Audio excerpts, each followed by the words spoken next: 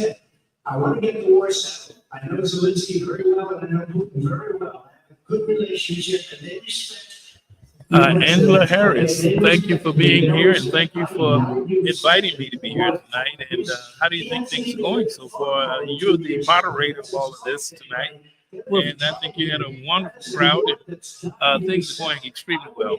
Frank, I thank you. I thank the community for your support. I'm just elated to see the diverse members of the community here.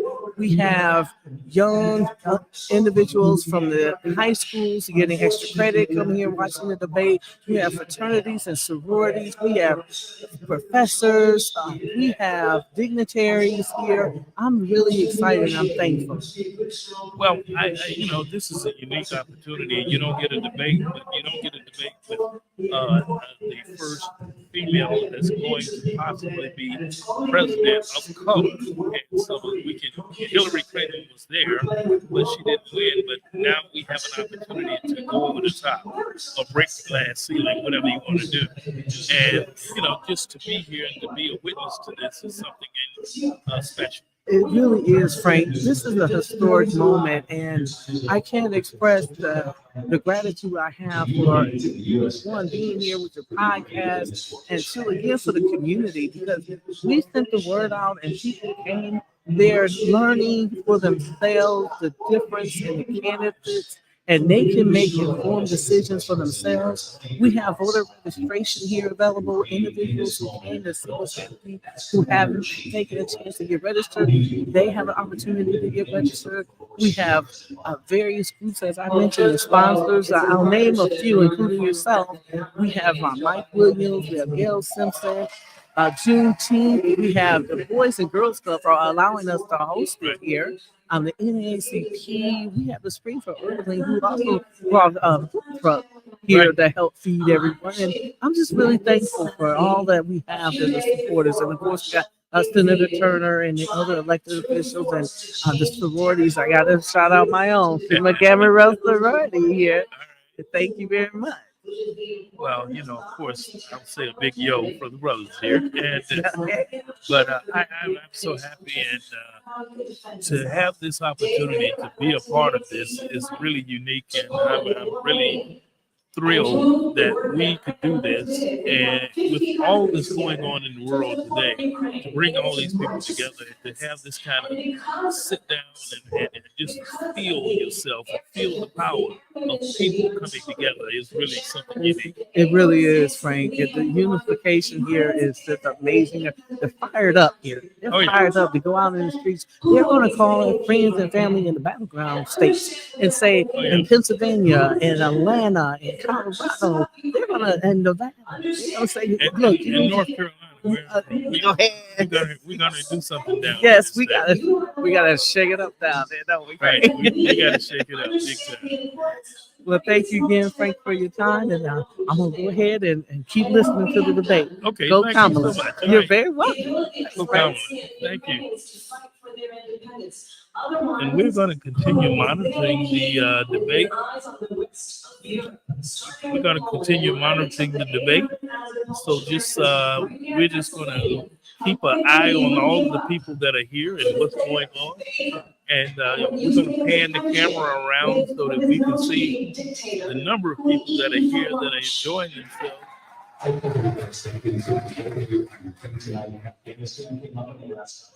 It seems like, from my perspective, that she's, as we call, smoking Donald Trump right now. And he would have lost 100,000 men and women, but he would have been sitting in Moscow, quiet place. He would have been sitting in Moscow, much happier than he is right now. But eventually, he's got a thing that people don't have. He's got nuclear weapons. They're going to talk about nuclear weapons. Nobody ever thinks about that. And eventually, maybe he uses it, and maybe he gets something that threatening, but he does have that. Something we don't even like to talk about. Nobody likes to talk about it. But just so you understand, they sent him to negotiate peace before this war started. 3 days later, he went in and he started the war because everything they said was weak and stupid.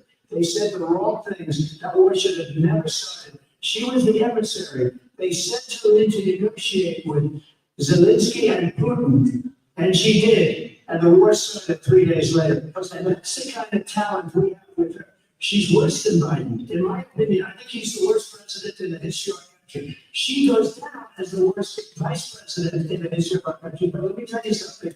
She is a horrible negotiator. They sent her in to negotiate. As soon as they left, Putin did the invasion. President Trump, thank you. You did bring up something. You said you went to negotiate with Vladimir Putin. Vice President Harris, have you ever met Vladimir Putin? Can you clarify tonight?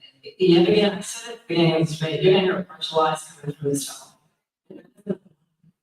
When I went to meet with President Zelensky, I met with him over 5 times. The reality is, it has been about standing as America always should, as a leader upholding international rules and norms, as a leader who shows strength, understanding that the alliances we have around the world are dependent on our ability to look out for our friends and not favor our enemies because you adore strongmen instead of caring about democracy. And that is very much what is at stake here. The President of the United States is Commander-in-Chief. And the American people have a right to rely on a president who understands the significance of America's role and responsibility in terms of ensuring that there is stability, and ensuring we stand up for our principles and not sell them for the benefit of personal flattery. We talked about Ukraine and Vladimir Putin. I do want to talk about Afghanistan. We came up in the first hour of this debate. I want to move on to Afghanistan. Trump did the most amazing thing I've ever seen. He got these countries, the 28 countries at the time, to pay up. He said, I've never seen, he's the head of NATO. He said, I've never seen, for years, we were paying almost all of NATO. We were being ripped off by European nations, both on trade and on NATO. I got them to pay up by saying one of the statements you did before. If you don't pay, we're not going to protect you. Otherwise, we would have never gotten it. He said it was one of the most incredible jobs that he's never seen done. Thank you. I want to turn to Afghanistan. It came up in the first hour of the debate, and we witnessed a poignant moment today in Capitol Hill, honoring the soldiers who died in the chaotic withdrawal from Afghanistan. I do want to ask the Vice President, do you believe you bear any responsibility in the way that withdrawal played out? Well, I'll tell you, I agree with President Biden's decision to pull out of Afghanistan. 4 presidents said they would, and Joe Biden did. And as a result, America's taxpayers are not paying the $300 million a day we were paying for that endless war. And as of today, there is not one member of the United States military who is in active duty in a combat zone in any war zone around the world, the first time this century. But let's understand how we got to where we are. Donald Trump, when he was president, negotiated one of the weakest deals you can imagine. He calls himself a deal maker. Even his national security advisor said it was a weak, terrible deal. And here's how it went down. He bypassed the Afghan government. He negotiated directly with a terrorist organization called the Taliban. The negotiation involved the Taliban getting 5,000 Taliban terrorists released. And get this. And the president at the time invited the Taliban to Camp David, a place of storied significance for us as Americans, a place where we honor the importance of American diplomacy, where we invite and receive respected world leaders. And this former president Camp David, because he she almost went there. Responsibility, the President of the United States, to be commander-in-chief with a level of respect. And this gets back to the point of how he has consistently disparaged and demeaned members of our military, fallen soldiers, and the work that we must do to uphold the strength and the respect of the United States of America around the world. Vice President Harris, thank you. President Trump, your response to her saying that you began a negotiation. Yeah, thank you. So, if you take a look at that period of time, the Taliban was killing our soldiers, a lot of them, with snipers. And I got involved with the Taliban because the Taliban was doing the killing. That's the fighting force within Afghanistan. They didn't bother doing that because, you know, they deal with the wrong people all the time. But I got involved. And Abdul was the head of the Taliban. He is still the head of the Taliban. I told Abdul, don't do it anymore. You do it anymore, you're gonna have problems. And he said, why don't you send me a picture of my house? I said, you're gonna have to figure that out, Abdul. And for 18 months, we had nobody killed. We did have an agreement negotiated by Mike Pompeo. It was a very good agreement. The reason it was good, it was, we were getting out. We would have been out faster than that, but we wouldn't have lost the soldiers. We wouldn't have left many Americans behind that. We wouldn't have left $85 billion worth of brand new, beautiful military equipment behind. And just to finish, they blew it. The agreement said you have to do this, and they didn't do it. They didn't do it. The agreement was terminated by us because they didn't do what they were supposed to do. And these people did the worst withdrawal. And in my opinion, the most embarrassing moment in the history of our country. And by the way, that's when Russia attacked Ukraine, because they saw how incompetent she and her boss are. President Trump, thank you. I'm going to move on now to raising politics in this country. Mr. President, you recently said that Vice President Harris, quote, I didn't know she was black until a number of years ago, but she happened to turn black, and now she wants to be known as black. I want to ask a bigger picture question here tonight. Why do you believe it's appropriate to weigh in on the racial identity of your opponent? I don't, and I don't care. I don't care what she's, I don't care. You make a big deal out of something, I couldn't care less. Whatever she wants to be is okay with me. But that's your word. So I don't know. I mean, all I can say is I read where she was not black, that she put out, and I'll say that. And then I read that she was black, and that's okay. No one was okay with me. That's up to her. That's up to her. Vice President Harris, your thoughts on this? I think it's, I mean, honestly, I think it's a tragedy that we have someone who wants to be president, who has consistently, over the course of his career, attempted to use race to divide the American people. You know, I do believe that the vast majority of us know that we have so much more in common and separates us, and we don't want this kind of approach that is just constantly trying to divide us, and especially by race. And let's remember how Donald Trump started. He was a land, he owned land, he owned buildings, and he was investigated because he refused to rent property to black families. Let's remember, this is the same individual who took out a full-page ad in the New York Times calling for the execution of 5 young black and Latino boys who were innocent in Central Park 5. Took out a full-page ad calling for their execution. This is the same individual who spread birth headlines about the first black president of the United States. And I think the American people want better than that. Want better than this. Want someone who understands, as I do, I travel our country. We see in each other a friend. We see in each other a neighbor. We don't want a leader who is constantly trying to have Americans point their fingers at each other. I meet with people all the time who tell me, can we please just have discourse about how we're going to invest in the aspirations and the ambitions and the dreams of the American people? Knowing that regardless of people's color or the language that grandmother speaks, we all have the same dreams and aspirations, and want a president who invests in those, not in hate and division. Vice President Harris, thank you. Lindsay? President Trump, this is now your 3rd time. This is the most divisive presidency in the history of our country. There's never been anything like it. They're destroying our country, and they come up with things like what she just said.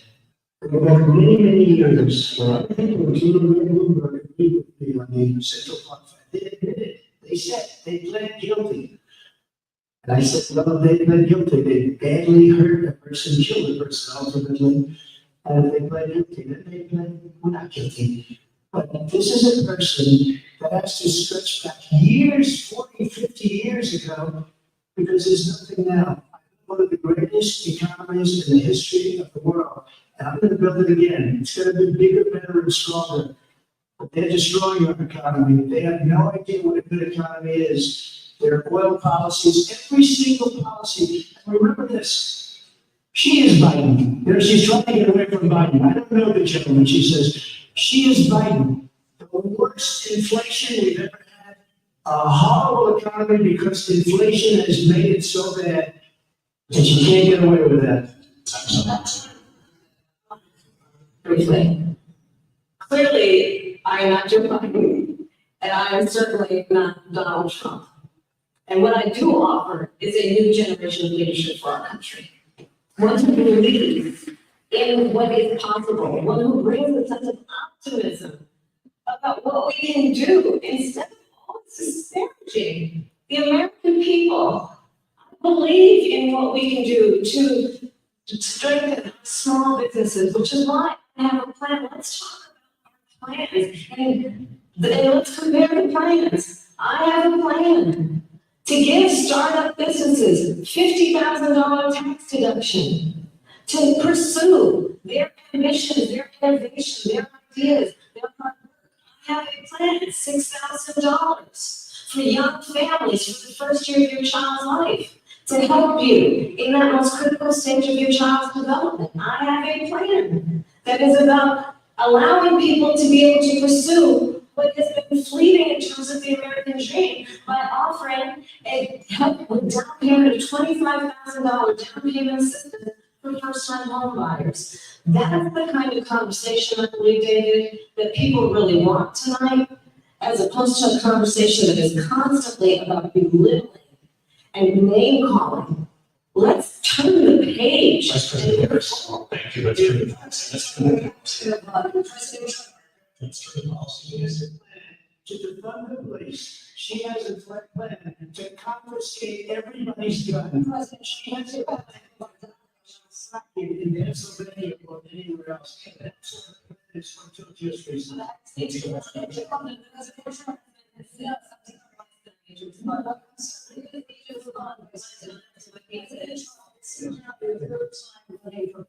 have long vowed to repeal and replace the Affordable Care Act, also known as Obamacare. You have failed to accomplish that. You now say you're going to keep Obamacare, quote, unless we do something much better.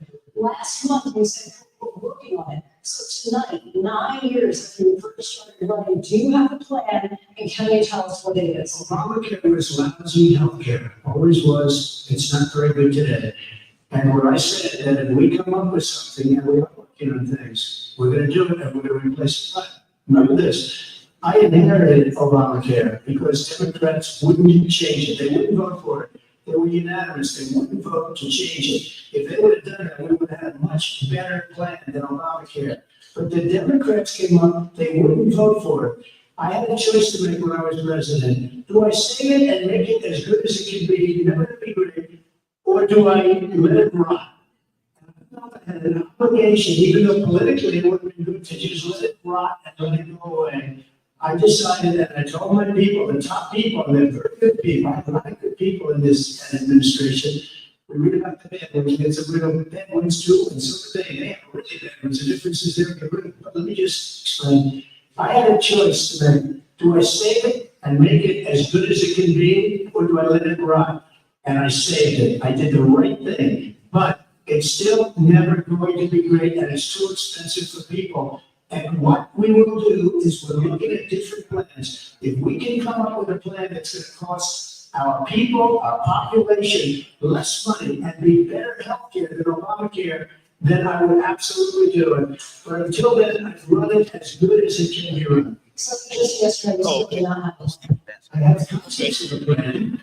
I'm not testing my plans, but if we come up with something, I would only change it if we come up with something that's better and less expensive. And there are concepts and options we have to do that. And you'll be hearing about it in the not too distant future. Vice President Harris, in 2017, we supported Bernie Sanders' proposal to do away with private insurance and create a government-run healthcare system. 2 years later, you proposed a plan that included a private insurance option. What is your plan today? Well, first of all, I absolutely support it over the last 4 years as vice president, private healthcare options, but what we need to do is maintain and grow the Affordable Care Act. I'll get to that, Lindsay, I just need to respond to a previous point that the former president has made. I've made very clear my position on fracking, and then the business about taking everyone's guns away. Tim Walz and I are both gun owners, we're not taking anybody's guns away, so stop with continuing to relates to the Affordable Care Act. Understand, just look at the history to know where people stand. When Donald Trump was president, 60 times he tried to get rid of the Affordable Care Act. 60 times. I was a senator at the time. When I will never forget the early morning hours when it was up for a vote in the United States Senate. And the late, great John McCain, who you had disparaged as being, you don't like him, you said at the time, because he got caught. He was an American hero. The late, great John McCain, I will never forget that night, walked up to the Senate floor and said, no, you don't. No, you don't. No, you don't get rid of the Affordable Care Act. You have no plan. And what the Affordable Care Act has done is eliminate the ability of insurance companies to deny people with pre-existing conditions. I don't have to tell people watching tonight, remember what that was like? Remember when an insurance company could deny if a child had asthma, if someone was a breast cancer survivor, if a grandparent had diabetes? And thankfully, as I've been vice president, and we over the last 4 years have strengthened the Affordable Care Act, we have allowed for the first time Medicare to negotiate drug prices on behalf of you, the American people. Donald Trump said he was going to allow Medicare to negotiate drug prices. He never did. We did. And now we have capped the cost of insulin at $35 a month. So we have capped the cost of prescription medication at $2,000 a year.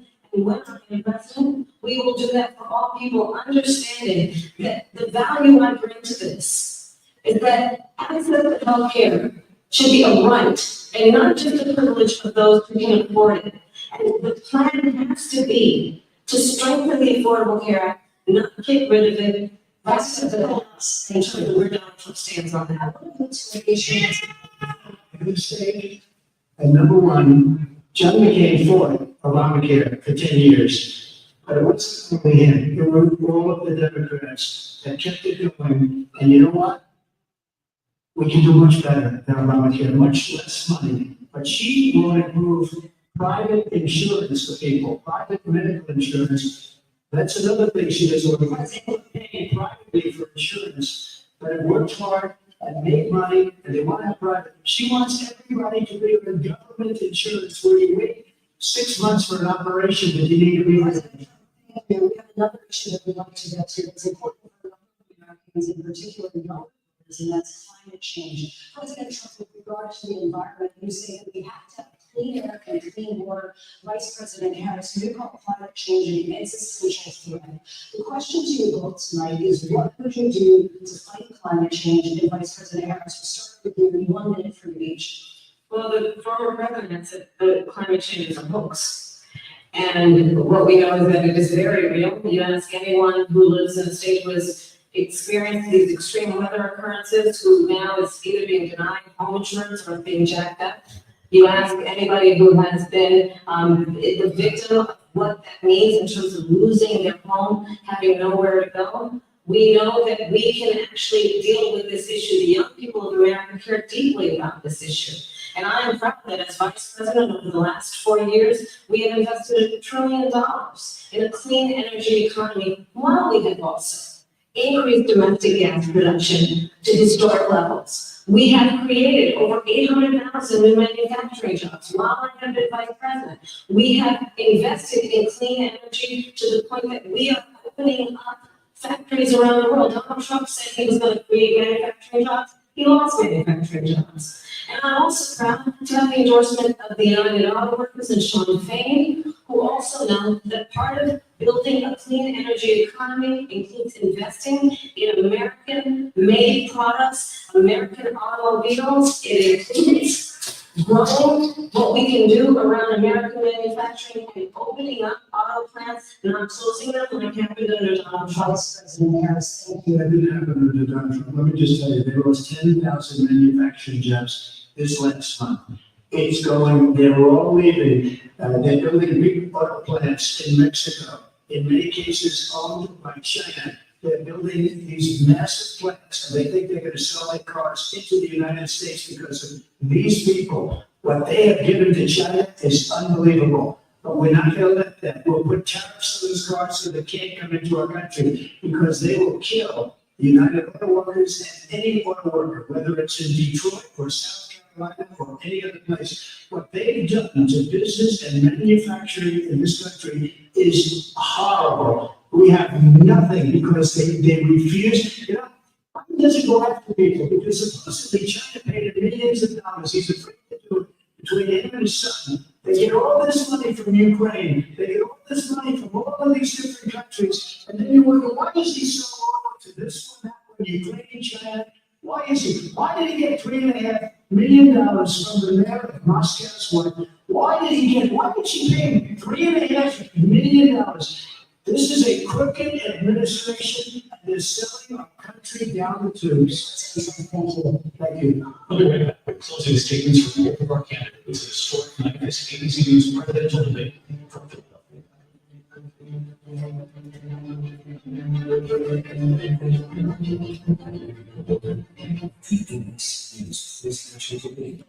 Man, what a debate. It is clear that Kamala Harris is more pointed in her remarks.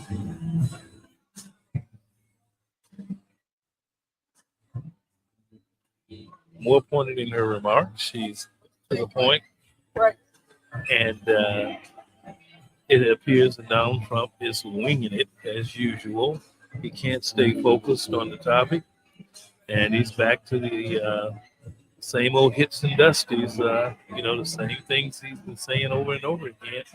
No substance.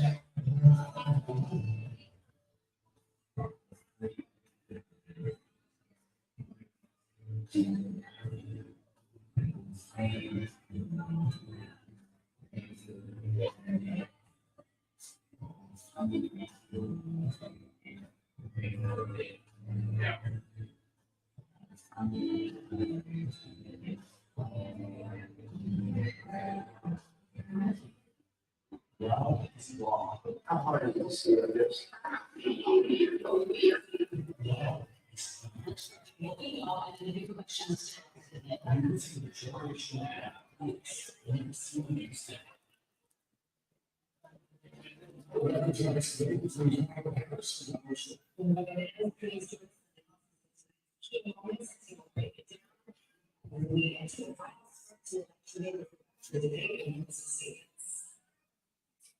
Live from the National Constitution Center in Philadelphia, Pennsylvania. Here again, David Muir and Lindsay Davis. Welcome back tonight. Your time has come for closing statements and Vice President Harris. So I think you've heard tonight two very different visions for our country. One that is focused on the future, and the other that is focused on the past, and an attempt to take us backward. But we're not going there. And I do believe that the American people know we all have so much more in common than what separates us. And we can chart a new way forward. And a vision of that includes having a plan, understanding the aspirations, the dreams, the hopes, the ambition of the American people, which is why I intend to create an opportunity economy, investing in small businesses, in new families, in what we can do around protecting seniors, what we can do that is about giving hardworking folks a break and bringing down the cost of living. I believe in what we can do together that is about sustaining America's standing in the world and ensuring that we have the respect that we so rightly deserve, including respecting our military and ensuring we have the most lethal fighting force in the world. I will be a president that will protect our fundamental rights and freedoms, including the right of a woman to make decisions about her own body and not have her government tell her what to do. I'll tell you, I started my career as a prosecutor. I was the DA, I was an attorney general, a United States senator, and now vice president. I only have one client, the people. And I'll tell you, as a prosecutor, I never asked a victim or a witness, are you a Republican or a Democrat? The only thing I ever asked them, are you okay? And that's the kind of president we need right now. Someone who cares about you and is not putting themselves first. I intend to be a president for all Americans and focus on what we can do over the next 10 and 20 years to build back up our country by investing right now in you, the American people. Vice President Harris, thank you. President Trump. So he just started by saying she's gonna do this, she's gonna do that, she's gonna do all these wonderful things. Why hasn't she done it? She's been there for 3.5 years. They've had 3.5 years to fix the border. They've had 3.5 years to create jobs and all the things we talked about. Why hasn't she done it? She should leave right now, go down to that beautiful White House, go to the Capitol, get everyone together to do the things you want to do, but you haven't done it, and you won't do it because you believe in things that the American people don't believe in. You believe in things like we're not going to take fossil fuel. We're not going to do things that are going to make this country strong, whether you like it or not. Germany tried that, and within 1 year, they were back to building normal energy plants. We're not ready for it. We can't sacrifice our country for the sake of bad vision. But I just asked one simple question. Why didn't she do it? We're a failing nation. We're a nation that's in serious decline. We're being left all over the world. All over the world, they left. I know the leaders very well. They're coming to see me. They call me. We're left all over the world. They don't understand what happened to us as a nation. We're not a leader. We don't have any idea what's going on. We have wars going on in the Middle East. We have wars going on with Russia and Ukraine. We're going to end up in a third world war, and it'll be a war like no other because of nuclear weapons, the power of weaponry. I rebuilt our entire military. She gave a lot of it away to the Taliban.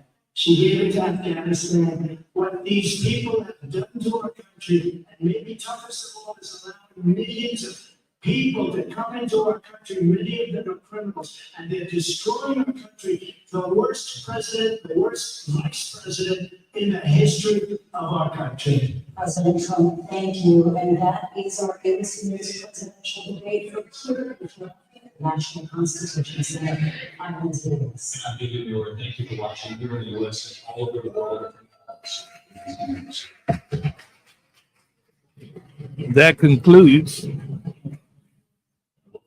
That concludes our debate for tonight, and it seems like people here are very happy with the outcome. It seems like they were very attentive, paid attention to what was said and what wasn't said. It looks like we've got a good group of people that had a good time, but also paid attention to what was said.